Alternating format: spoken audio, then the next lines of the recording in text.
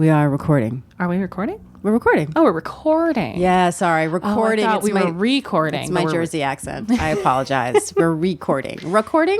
Don't worry. At some point, I'll say big, and then you can laugh for 30 minutes. Ready graphics? Ready theme? Cue graphics. Good evening. For your information tonight, Hi, I'm Jesse Mullins, And I'm Lauren Milberger. and this is FYI. The Murphy Brown Podcast. It's the news I didn't mind getting about 300 times. He was like Columbo in that way. Oh, nice. Jerry Gold, Columbo of Murphy Brown. It doesn't feel real. It doesn't feel real. Tongue-in-cheek way, we're saying Murphy Brown has come to save us. Yes. Hey, everybody. Hi. Hey, welcome to a special episode of FYI, the Murphy Brown Podcast. Yes, it's special. It's a very special episode because I'm not sure if everyone was on the interwebs. Yeah, no one really This reads week. the interwebs. No one goes No, on it's there not and a sees thing. things. And there, we just wanted to share a little journalistic scoop that we have for you guys, just in case you weren't alive this last week. Lauren, did you want to share what this news was? So Murphy Brown is coming back for 13 episodes on CBS in the 2018-2019 season. Wow, that is exceedingly relevant to our interests. Very much so. Actually, I'm sorry, everyone. Just a quick moment. Lauren, would you mind meeting me in the office for a moment just to talk about something? Now? Yeah, right now. We'll be right back. Oh, okay. All right, sorry, guys. Be right back. Yeah, Okay. 1 second. Yeah. Oh my God! Oh my God! What's happening? Oh my God! What's that? Okay. Okay, cool. All right, we're good. All right, thanks. That was nice. Yeah, that's really good talk on that. Good talk. Yes, thank you. feeling I'm so strong. glad you brought that to my attention, Jesse. Yeah, it feels right, and I feel more like we're in a better place. Good point. It was a really good point. Excellent points Yes. made by both sides. So, yes, we are marginally excited about this news. You might say the margin is relatively 100%. I'm sorry, Jesse makes me laugh.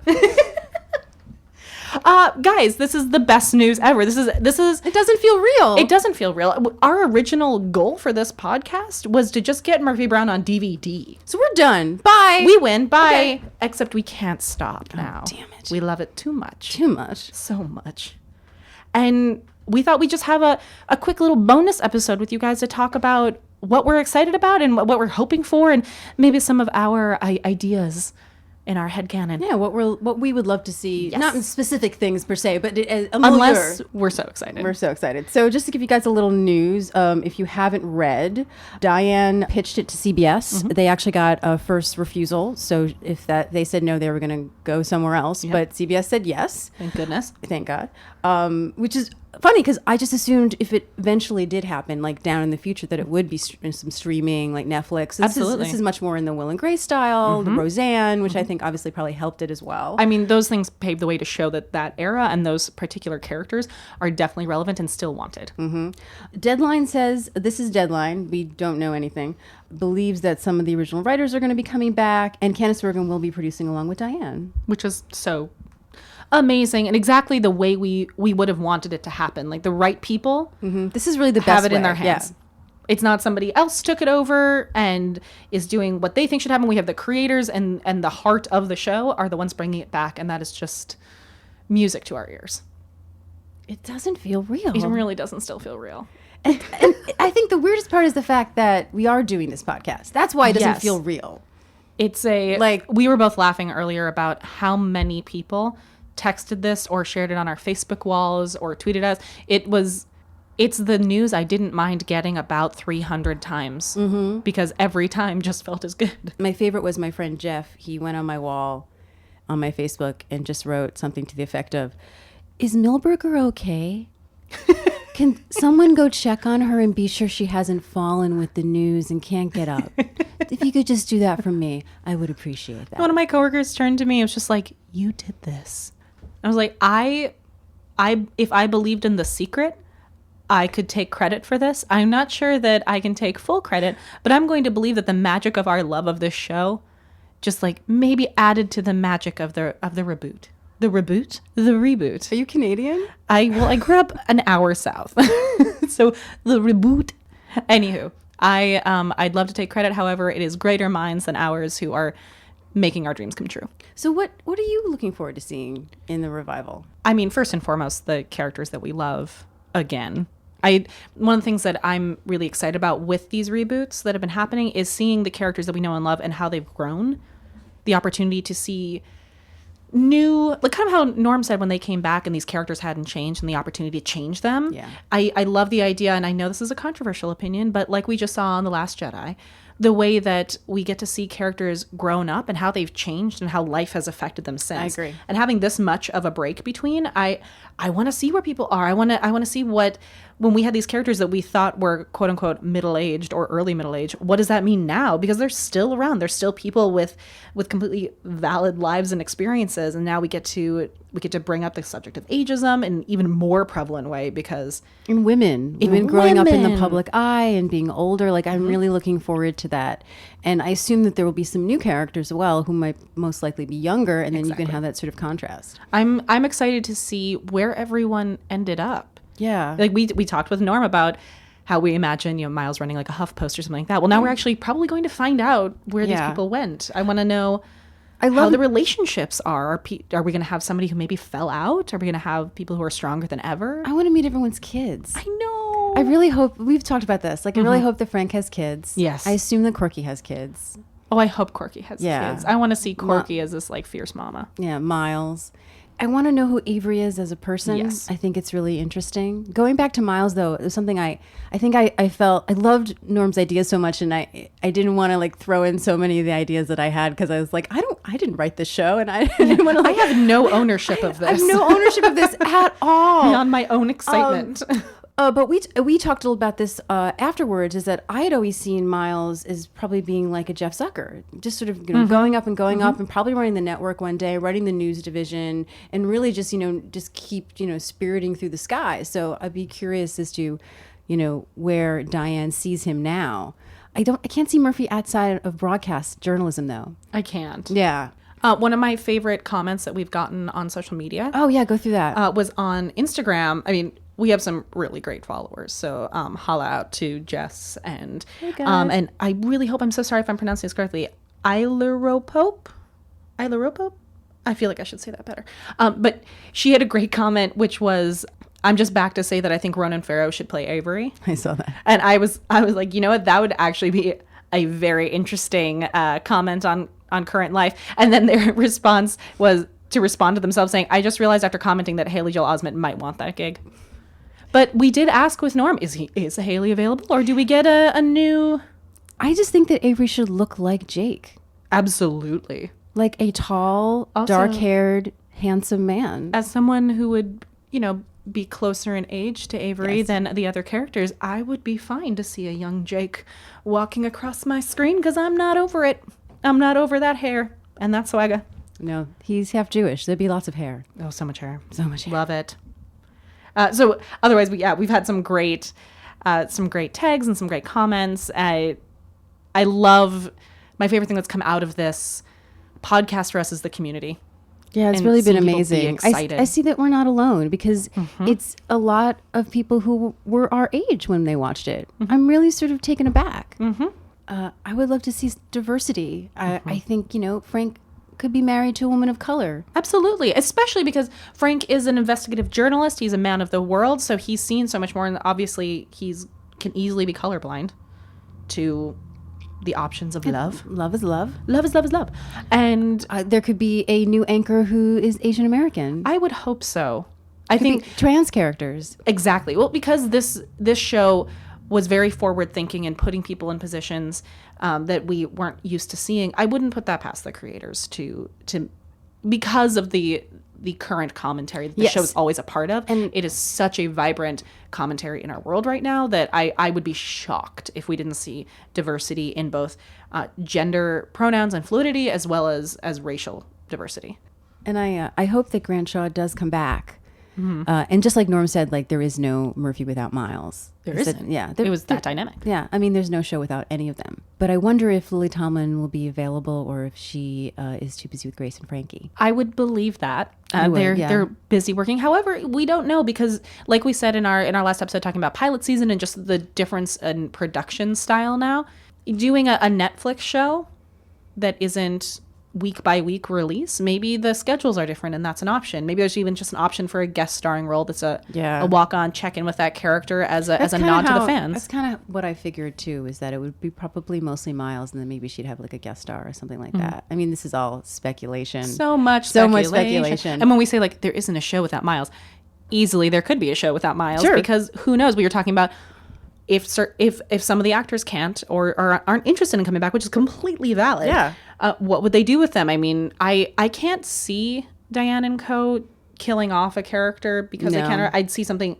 I feel like they're more clever than just someone died, unless it's an emotional like impact. Like as much as I don't want my beloved Jim to die, because we still have Charles Kemper in the world, I would hope that, like we had said, maybe it's a retirement scenario if he couldn't be there. But also, I mean, he's a father figure to the group, and I can't imagine that anyone wouldn't want to come back, but who knows? But life changes and people are busy, and or people have retired. Like who knows? And you were talking about, you hope that certain characters wouldn't get killed off. We already have a lot of really amazing actors who are no longer with us. Yes. Who may be mentioned, or I hope they're already. mentioned. Except, I mean, I think it's very easy to talk about, Phil. He could still be in the Witness Protection Program. Oh, yes, absolutely. He doesn't have to actually be dead. Well, they would think he was dead, but we could just be like, he's in the Witness Protection Program. But that's, that's a little bit, easier. I kind of had always hoped, if this ever happened, that as much as I love and miss Robert Pastorelli, that they don't really acknowledge. Eldon always felt like a mythical character. Yes.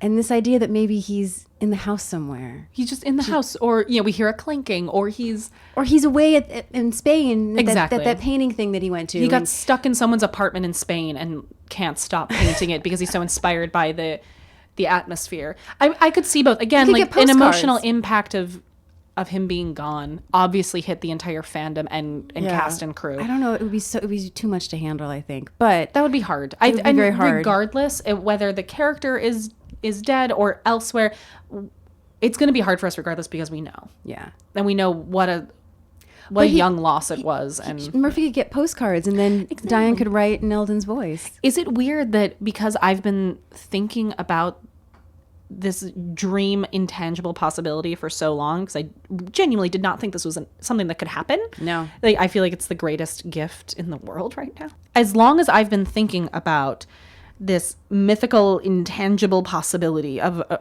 reboot, something that I didn't think was possible, I've been thinking about all the options and all the things I would wish to happen. And now that it's actually happening, when people, like, we're talking about what we would want to happen, the second people ask me that question, I feel like I actually lose my voice, and all of the ideas I have had for decades just go out the window, because it's the fact that it could happen now. I'm just like, I don't know. I want it all to happen. I want them all to be here, and I want them. And then also, you don't. It's like, we don't have ownership on this. Yes, we are not involved in the creative process in this. So to be like, I want this and this to happen, and if this doesn't happen, I'm gonna be very upset. No, I don't care what happens. I'm going to be so happy. But I'm also very big. I call myself a canon girl. Yes, like if absolutely. it happens, I am with you. Yeah.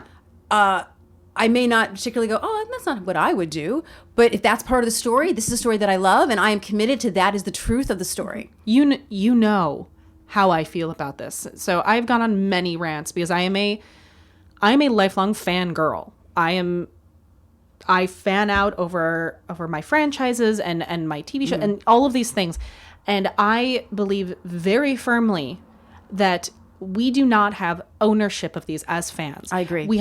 There's a certain fandom that we have that makes it special, and that's why they do it. But at the end of the day, I didn't create this, and it's not mine to lord over. I've experienced it a lot in the last year with one of my favorite books, American Gods, being produced. I'm very happy with what they did so far. I'm interested to see what they're going to do with new showrunners, but I was really happy, and I enjoyed the deviations that they made because of the new medium. I believe that adaptation in itself creates a change and growth. There's no point in adapting something or rebooting something if you're going to keep it the same. Steve Martin talks about that. Yes. Because he's had to adapt his own work. And he said, you can you look can't at something. be precious. You can't be precious, but also he's able to go, you know what, this is a book. This book doesn't necessarily translate to a movie. There are options within a new image. medium. Yeah. And the same thing happened recently with, it's so funny that politics didn't make me want to quit Facebook, but Star Wars did. because of the people I don't even. Oh, God. we won't get into it because this is not a Star Wars podcast, but we've talked about this.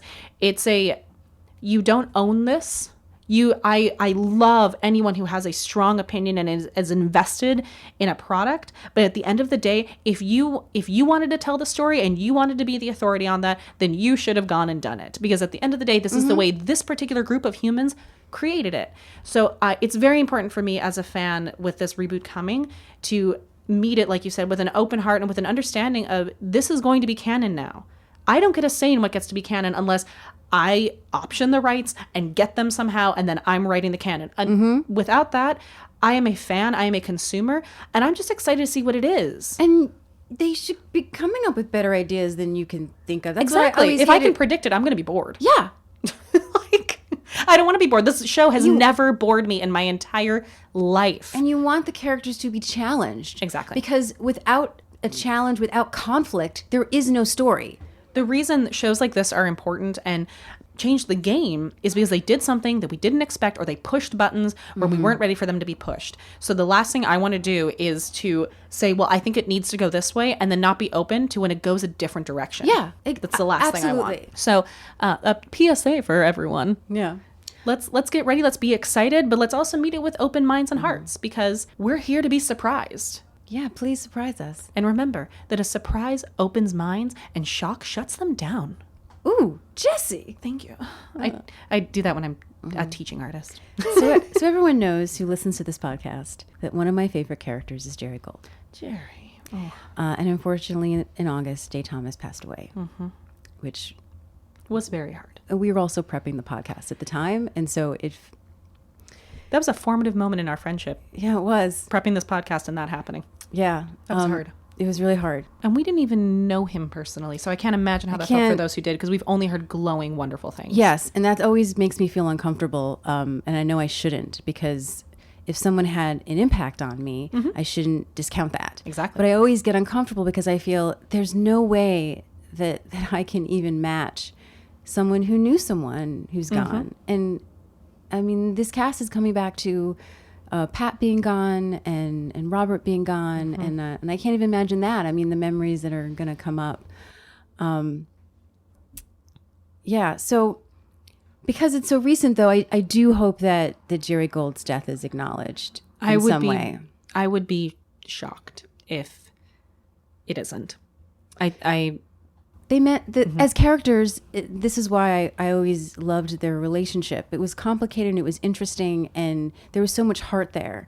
And whether you believe in soulmates, or I believe that you can have many soulmates. Yes, you can have friends that are soulmates. Exactly. But someone who means something to you in your life, as much as Frank did, as much as Jim did, as much as Corky did. If somebody keeps coming back into your life, which is exactly what Jerry did He always throughout does. the series. Yeah, he was like Columbo in that way. Oh, nice.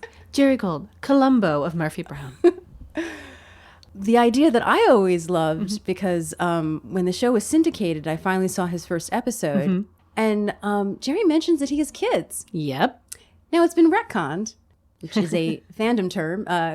Jesse's laughing. Jesse, why don't you explain to everyone what retcon is if they don't know? Yes. So retconning a character or information, it's short for retroactive continuity.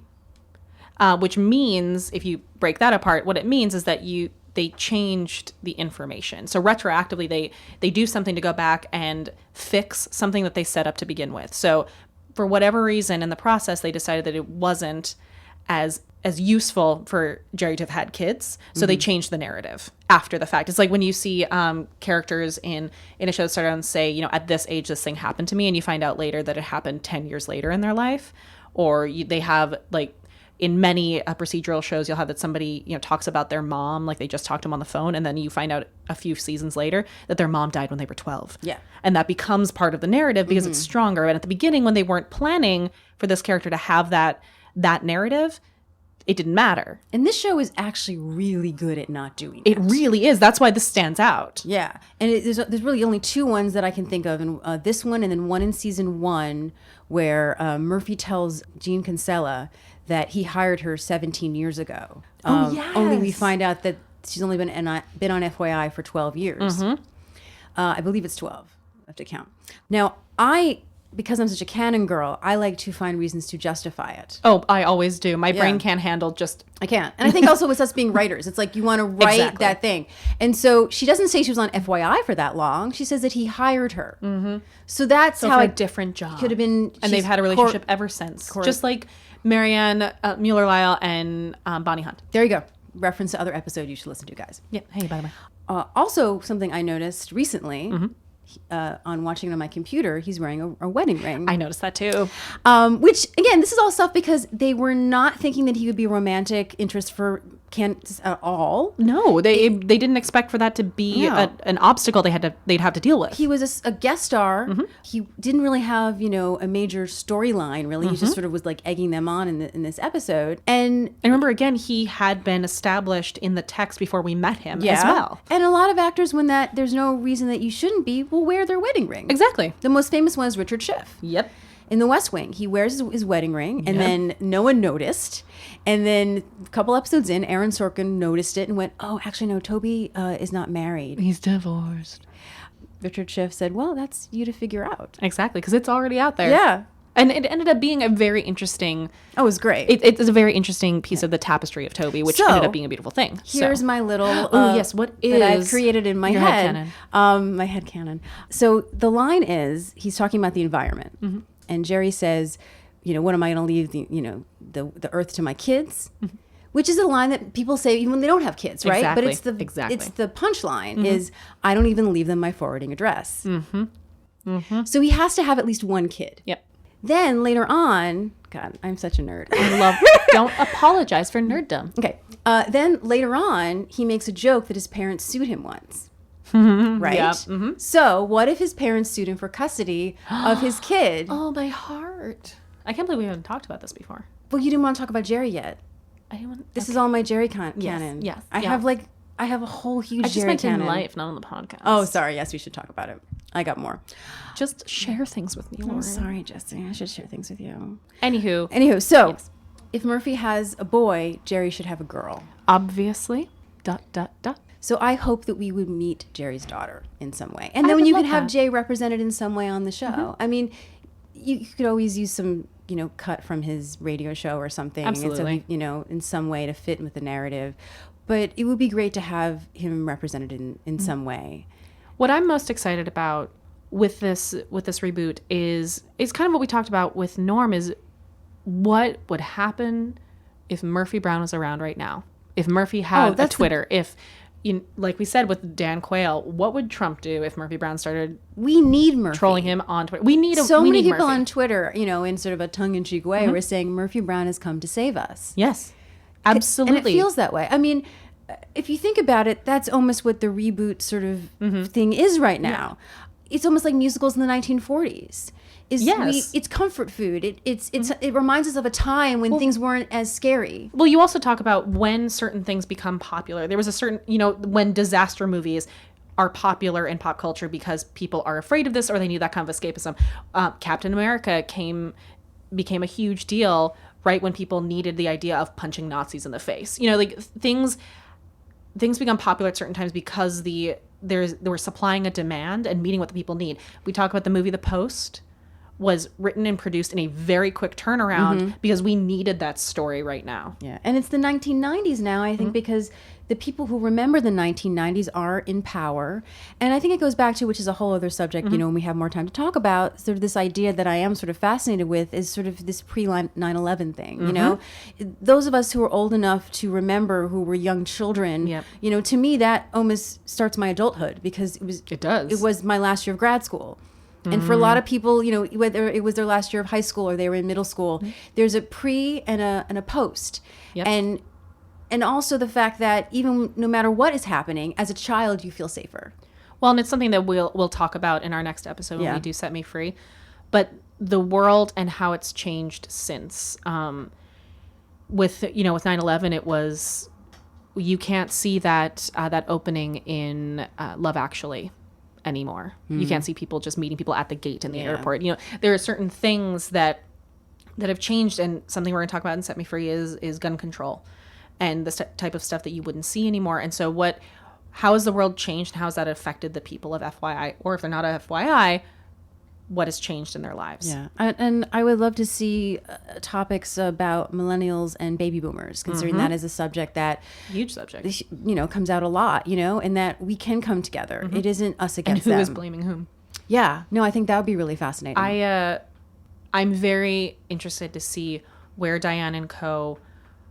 What is the strongest narrative to them? What is the story that they're looking to tell? Because the original story was a woman in her 40s who is single and coming out of rehab, and what her life is, and she's being met by a younger generation. What is What's the impetus inciting incident? for the of this pilot? That's reboot? what I'm most fascinated about, because it has to be something that brings us back to the story. Exactly.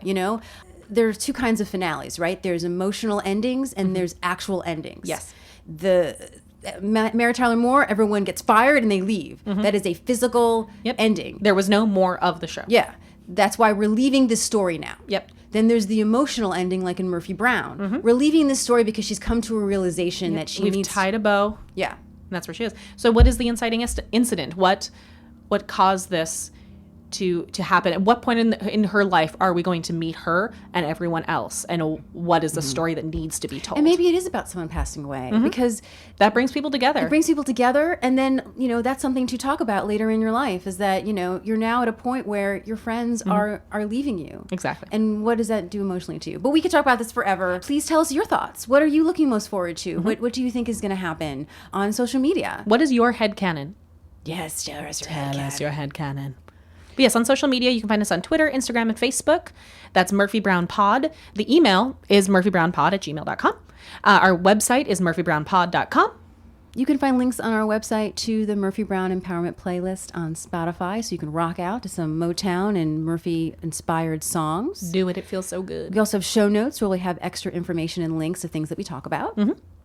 And also, we do have a phone number that, especially with this news, we would love to get a 1 to 2 minute voicemail or voice memo if you just want to record on your phone and email it to us with what you're excited about and how this has impacted your life and what it means for Murphy is saving us. What does that mean to you? Yeah, we'll include it in the show. And that number, if you want to call and leave us a voicemail, is 646-450-6902. And then join us next week for Set Me Free, episode 7 of season 1, Yes, and we'll see you next week. for another edition of FYI. The Murphy Brown Podcast. Do